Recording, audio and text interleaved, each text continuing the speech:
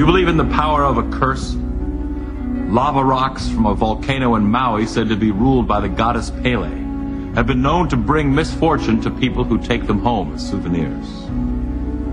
Precious jewelry, like this diamond, has brought misfortune to its wealthy owners through the centuries.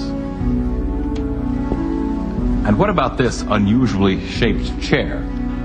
It was originally designed for cold rooms to protect people from drafts. But as for this particular chair, protection is the last thing it provides. Steel magnate George Talbot III inherited $1 billion business from his late father. He spent most of his time traveling the world in search of priceless relics. Like so many sons of the rich, he was spoiled rotten. That's why he was one of my favorite clients. But this time, George's obsession had gone too far. It's here. How are you? Right through here. And we're going right through this archway. Even though I was making a sizable commission by procuring this chair on his behalf, I was very afraid of the reputation that came along with it. Sure. Put it right over there.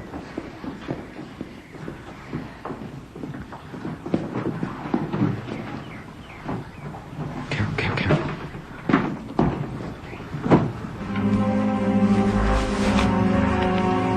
George Talbot had just become the current owner of the hooded chair. I could only pray for his well-being. It's really the perfect addition to your collection, Mr. Talbot.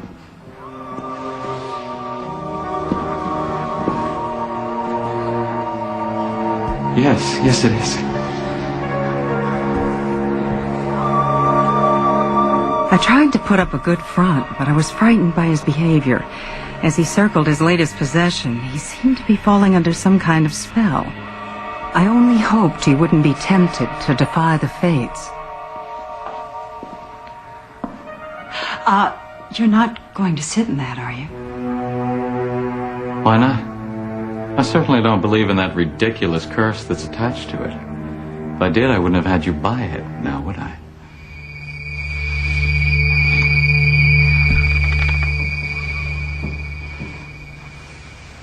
See? Nothing.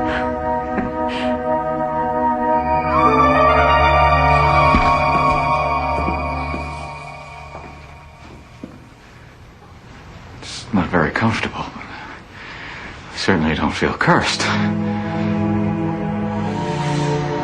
Now, I'd like to see that list of the previous owners, please. Oh, I'm working on it, but it's been really hard to track all of them down. This chair is over 300 years old, and there have been a lot of owners. Just get me the list, Miss Weissman. That's what I pay you for. Yes, sir.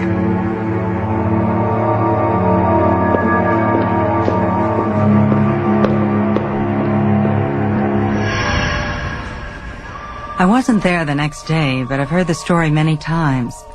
Jenny, the downstairs maid, let her curiosity get the best of her.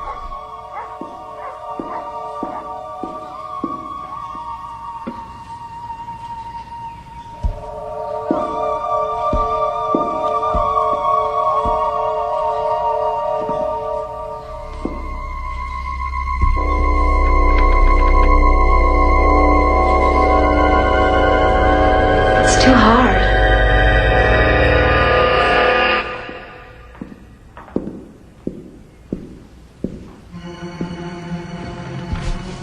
That chair is not for you to sit in, Jenny. It is for me and my guests. Do you understand? Yes, sir. I just wanted to see what it felt like.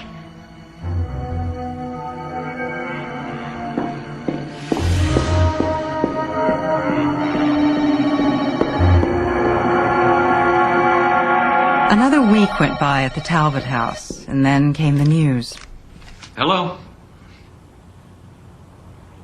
What? How did it happen? Jenny was killed by a drunk driver while crossing the street just 1 week after George Talbot found her sitting in the hooded chair.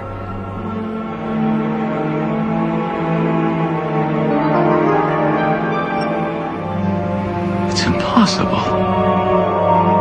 He refused to believe that the chair had anything to do with Jenny's untimely death, but in the deep recesses of his mind he had his suspicions. The next week, his close friend Eric came to visit. He insisted on sitting in the chair over Mr. Talbot's strenuous objections. 2 days later, Eric Cates was piloting his private plane to a meeting in upstate New York. The plane's engine suddenly failed for no reason, sending him to a fiery death. The chair had claimed another victim.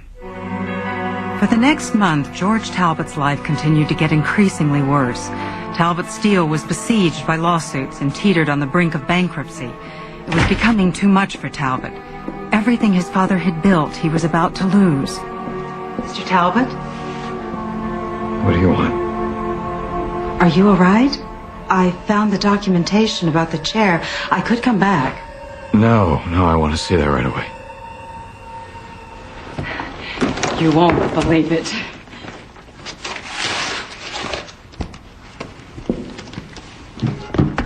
Amazing, isn't it? It's Napoleon. Look at the date. June 17th, 1815. Napoleon was in a farmhouse in Belgium planning strategy for his battle the next day. That battle was in a place called Waterloo. Mr. Talbot, this chair is part of history. Napoleon used it before the greatest military defeat of all time. It is cursed. That chair is cursed. Mr. Talbot, can I get you anything? Are you all right? No, leave me be. Leave me be.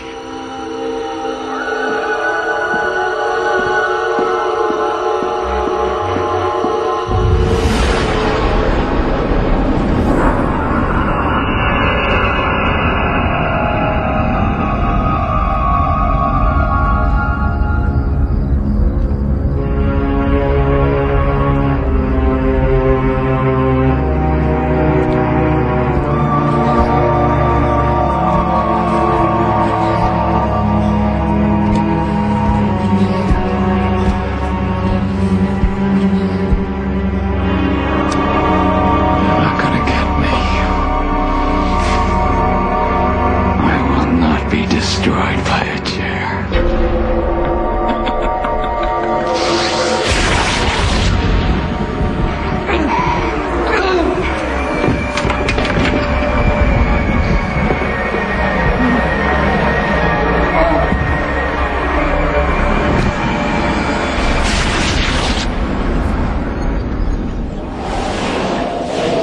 So what is the truth here? Was the hooded chair really cursed? Was it the same chair Napoleon sat on before he met his Waterloo? Or was that just another chair with a similar design? And what about the misfortune that befell Talbot? Was it due to the chair, or just coincidence? Maybe this story is totally made up and this chair has no curse at all. But then again, why take chances? It may stand up as truth.